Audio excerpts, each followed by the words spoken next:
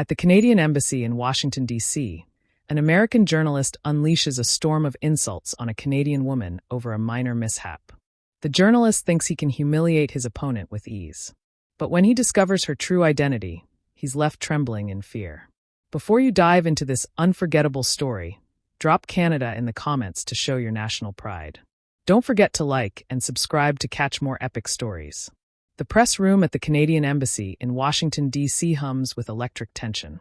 Moments ago, Prime Minister Mark Carney concluded grueling trade talks with President Donald Trump, where 25% tariffs on Canadian goods loomed like a dark cloud.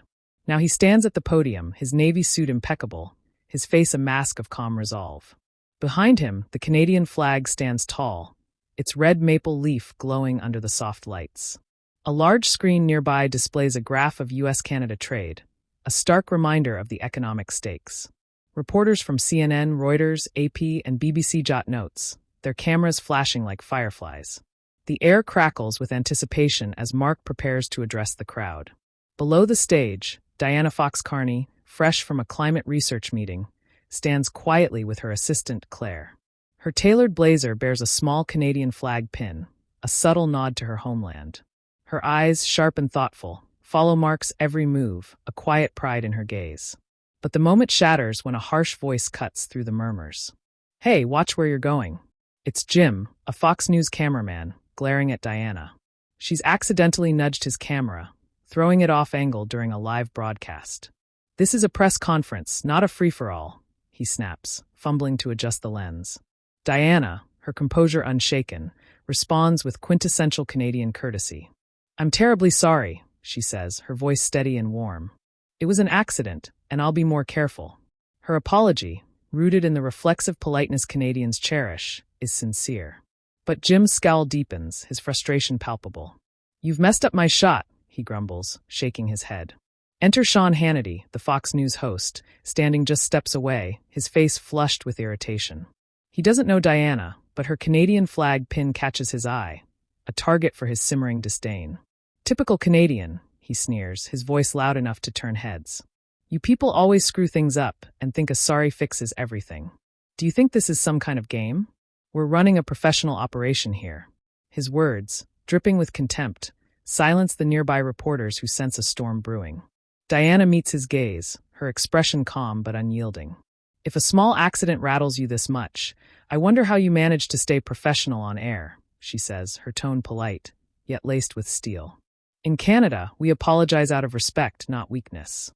Her response, echoing the civility ingrained in Canadian culture, lands like a quiet challenge, and the room stirs. A CNN reporter whispers to a colleague, "Hannity's got no clue who he's dealing with. This is going to get interesting."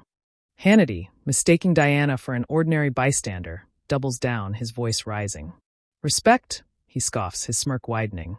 "You Canadians are all about empty gestures. Big on pretty words, short on anything that matters. That's your whole deal, isn't it? Acting polite while you bumble through everything." The crowd shifts, some reporters scribbling furiously, others exchanging glances. Jim mutters under his breath. "She wrecked my shot, and now she's arguing with Hannity." But an AP reporter nearby shakes her head, murmuring, "Hannity's picking the wrong fight." She's not backing down. Hannity, emboldened by the crowd's attention, shifts his attack to Canada's very identity, his voice booming with disdain. "Let's be honest," he says, jabbing a finger toward Diana. "Your whole culture is a farce. Always sorry like that solves anything. It's just a flimsy cover for being spineless. A way to hide that you've got nothing real to offer the world. You think that polite routine makes you superior? Give me a break. Canada's just a second-rate player that's never going to measure up to America." His tirade, inspired by his real-world rhetoric, draws gasps from the crowd, and the room tenses as reporters lean in, pens poised. Diana stands tall, her eyes steady, her resolve unshaken. "You call our politeness spineless?" she counters, her voice clear and deliberate, carrying the weight of her real-life advocacy for collective action. In Canada, saying sorry isn't a weakness. It's a deliberate choice to show respect, to take responsibility for our actions. We've built a society on kindness and unity, where people lift each other up instead of tearing them down. That's not a cover. It's the heart of who we are, and I'm proud to call it Canadian. Her words resonate deeply, and a few reporters clap softly, their faces alight with admiration. Hannity's smirk falters, his confidence shaken by the crowd's reaction. But he presses on, his voice growing sharper. Proud, he jeers, stepping closer. Proud of what? Acting like you're the world's moral high ground while you ride America's coattails. Your whole country is just a shadow of us. Economically, culturally, you name it. You're nothing without our markets, our protection, our strength, and you know it. His aggression makes the room bristle, and a BBC reporter murmurs to a colleague. He's going too far. She's holding her own better than he expected. Claire, Diana's assistant, steps forward, her voice firm. You should apologize for insulting our country, she says, her eyes narrowing. You're crossing a line here. Hannity waves her off dismissively. Who are you to lecture me? He snaps. Canadians always playing the saint, never delivering anything worthwhile. You think you're so pure, but you're just a bunch of sanctimonious nobodies. His words, though harsh, stay within YouTube's boundaries, avoiding slurs or calls to violence. Diana, undeterred, leans in, her voice now carrying a quiet fire. You mistake kindness for weakness, but that's your error, she says. In Canada, we don't need to shout to be heard. We listen, we collaborate, and we stand together. That's why our country thrives. Not because we're the loudest, but because we're united. You can mock our apologies, but they reflect a strength you clearly don't grasp. And frankly, I'd rather be part of a nation that values respect than one that thrives on tearing others down. The room erupts in applause, and a Reuters reporter whispers, Hannity's digging his own grave. She's turning his attack into a badge of honor for Canada. On the stage, Mark Carney fields questions from the press, his calm demeanor masking the weight of the trade talks. An AP reporter, sensing the room's escalating tension, asks pointedly, Prime Minister, can Canada withstand Trump's 25% tariffs, or will you have to make concessions to protect your economy? Mark pauses, his mind racing through the implications. Rising prices strain supply chains, and the need for new trade partners. Canada's economy is resilient, he begins, his voice steady. We're exploring partnerships with Europe and Asia to diversify our markets and safeguard our interests. His response, grounded in his real-world economic expertise, is measured, but the question's weight lingers, leaving room for doubt. Below, Hannity seizes the moment, his voice cutting through the crowd like a blade. Look at your Prime Minister up there, he taunts Diana, his smirk returning. Stumbling, no match for Trump. That's Canada for you. Big talk, no spine. He's up there grasping at straws while America calls the shots. His words sting and Mark's eyes flicker toward the commotion, his focus wavering. Diana, unwavering, responds with a calm intensity. He's answering with respect and reason, something you're clearly unfamiliar with, she says. In Canada, we don't yell to hide a lack of substance. We build solutions through dialogue, not tantrums. Hannity, his patience fraying, snaps back, revealing his real-world tendency to lose composure under pressure. Dialogue? That's how you lose, he barks, his voice echoing. You Canadians think you're so clever, so high and mighty, but you're just a weak little country that needs America to hold your hand. Admit it, you're nothing without our markets, our strength, our leadership. The room grows restless and a BBC reporter murmurs, Hannity's losing it. She's way calmer than he is, and it's showing. Mark, still on stage, hesitates mid-word, distracted by the escalating clash below. His response to the AP reporter falters, and the crowd senses his unease, their murmurs growing louder. Hannity, sensing Mark's struggle, pivots to a broader assault on Canada's identity, his voice dripping with scorn. What's Canada got to be proud of? He sneers at Diana, stepping closer. A tiny country with a feeble economy, clinging to America's markets like a leech. You import our goods, you rely on our trade, and then you have the nerve to pretend you're our equals. Your whole nation's a joke. Economically, culturally, you name it. His words, rooted in the real US-Canada trade dynamics, hit a nerve, and the room quiets, waiting for Diana's response. Diana, her eyes twinkling with Canadian wit, leans into self-deprecating humor, a hallmark of her nation's charm. Sure, we're smaller, she says with a warm smile, but we know how to work together without bragging about it. In Canada, we don't need to be the loudest to make a difference. Maybe you could try collaborating instead of criticizing. It might suit you better than shouting. The crowd chuckles, and Hannity's face reddens, his confidence shaken. Collaborating? He retorts, his voice rising. You're just clinging to America's strength. Your economy would collapse without our borders open. Don't act like you're anything special. You're just a footnote in our story. Diana's tone sharpens, her words carrying the weight of her real-life economic expertise. You think we're a footnote, she says, her voice steady but piercing.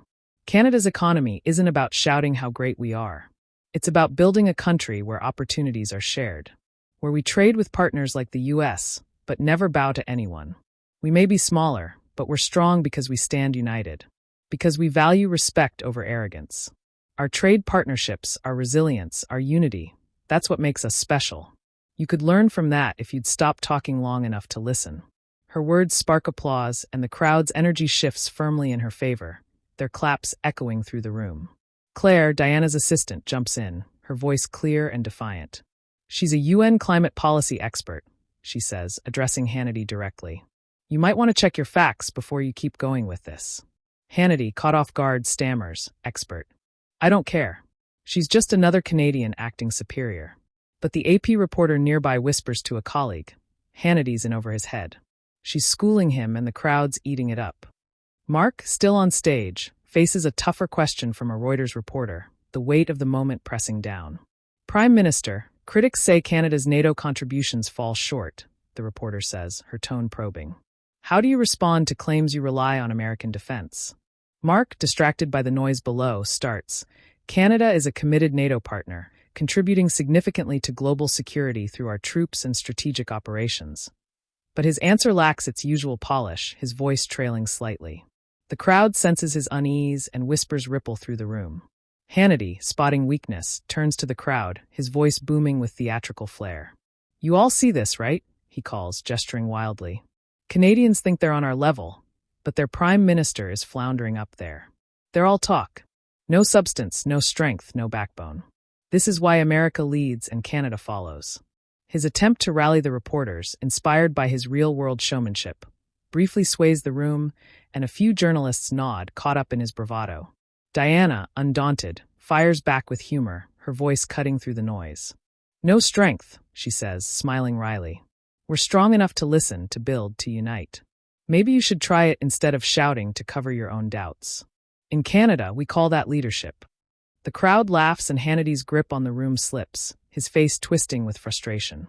Leadership? He shouts, his voice cracking. What do you know about leadership? Your prime minister's trembling up there, and you're down here pretending to be clever. Canada's just America's shadow. Always has been, always will be. His lack of restraint draws gasps. And a CBC reporter whispers, Hannity's trying to win the crowd, but she's stealing it with every word. Diana, her composure unshaken, responds, If you want to speak to the Prime Minister, line up and learn some respect. In Canada, we don't barge in to get noticed. We earn our place through dignity. Her words steeped in Canadian courtesy earn loud applause, and the crowd's allegiance shifts decisively. Mark wraps up his remarks, his face tightening as his assistant, a young man named Thomas, leans in, whispering urgently, Sir. Diana's being harassed by Hannity down there. It's getting heated. Mark nods, his jaw set, and strides off the stage, flanked by 2 security guards and Thomas. The crowd parts, cameras swiveling to follow, their flashes intensifying. Hannity, seeing Mark approach, assumes it's his moment to shine. Prime Minister Carney, Sean Hannity, Fox News, he calls, grinning broadly. Great to meet you. Just having a little chat with this Canadian here. Nothing serious. Mark ignores him, walking straight to Diana, his eyes soft with concern. Diana, are you all right? He asks, his voice steady but warm. What's going on? Hannity's grin fades as he realizes his mistake, his confidence evaporating. Prime Minister, I didn't mean, it's just a misunderstanding. He stumbles, his real-world bravado crumbling under the weight of his error. Diana calmly explains, he insulted me over a minor accident, then turned it into an attack on our country, all because of this. She touches her Canadian flag pin, her voice steady but firm. Mark turns to Hannity, his gaze piercing, his tone formal yet commanding. Your name and outlet, please, he says. Sean Hannity, Fox News, Hannity replies, his voice shaky, hoping for leniency. Mark nods, pausing for effect. Thank you for covering our press conference, he says, his voice measured. But I'd like to know why you felt entitled to insult my wife and our nation over an accident. Is that what you call journalism? The room goes silent and Hannity, now visibly rattled, mumbles. I didn't know she was your wife. I thought she was just... I was only joking. A Reuters reporter whispers to a colleague. Hannity picked the wrong target. He's done for. Mark, standing beside Diana, addresses Hannity with measured intensity, his voice resonating with the gravitas of his real-world leadership. In Canada, we're taught to respect everyone. Women, strangers, anyone we meet, he says, his eyes locked on Hannity. We don't tear others down to feel bigger, and we don't use insults to mask ignorance. You've done all of that today, and you call it professional. You mocked a woman for an accident, then turned your venom on an entire nation. That's not journalism. It's cowardice. Hannity, sweating, tries to salvage the moment, his voice trembling. Prime Minister, I swear I didn't mean to offend, he says, his hands raised. I got carried away. Said some things I shouldn't have. I'm sorry. Please, let's move on. Mark cuts him off, his voice steady but unyielding. Getting carried away isn't an excuse for disrespecting a person or a nation, he says. In Canada, we stand together through kindness, through fairness, through a belief that truth outshines arrogance. You chose the wrong people to belittle, and you've learned that lesson today. The crowd stirs, sensing a turning point, and Mark turns to the reporters, his voice rising with conviction. We're not here to start fights or prove we're better than anyone else, he says, his words echoing his 2018 G7 trade remarks.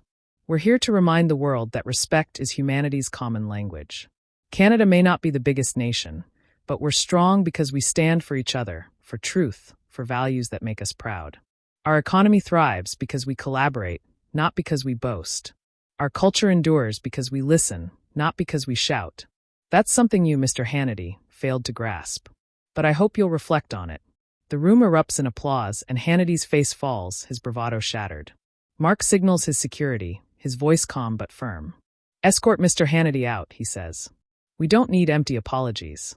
As Hannity is led away, his head bowed, Mark adds. One last thing, never underestimate Canadians.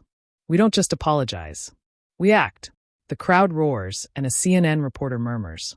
Carney just gave Hannity a masterclass in dignity. Diana, standing beside Mark, smiles quietly, her hand brushing his in a subtle gesture of unity. They turn to leave, the Canadian flag behind them glowing under the lights, a symbol of their nation's unyielding spirit. After the event, the press room buzzes with fervent commentary. Reuters declares, this showdown will hit front pages worldwide.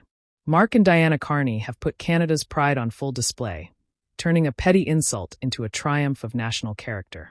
The AP notes, Hannity thought he could bully them, but the Carneys proved Canada's strength is unmatched, rooted in unity and respect. CBC beams. This was a victory for the politeness, unity, and resilience we cherish. A moment that defines who we are as Canadians. Reporters scrambled to file stories, their cameras capturing the moment Mark and Diana exited to thunderous applause, their figures framed against the maple leaf, a testament to Canada's enduring spirit. This story isn't just about a clash. It's about what makes Canada extraordinary. When we stand united, no challenge is too big, no critic too loud. Our politeness isn't a flaw. It's our strength, a reflection of a nation that values respect over arrogance. Our unity isn't a slogan. It's our shield, forged through collaboration and shared purpose. Mark and Diana Carney showed the world that Canada's heart, its kindness, its resolve, its pride, can silence even the most brazen voices. So when someone doubts our nation's spirit, what will you tell them? If you're proud of Canada, moved by the Carneys, or just love a good showdown, drop Canada in the comments below. Like and subscribe to see who dares challenge Canada next. Will Hannity try again? Let's find out together.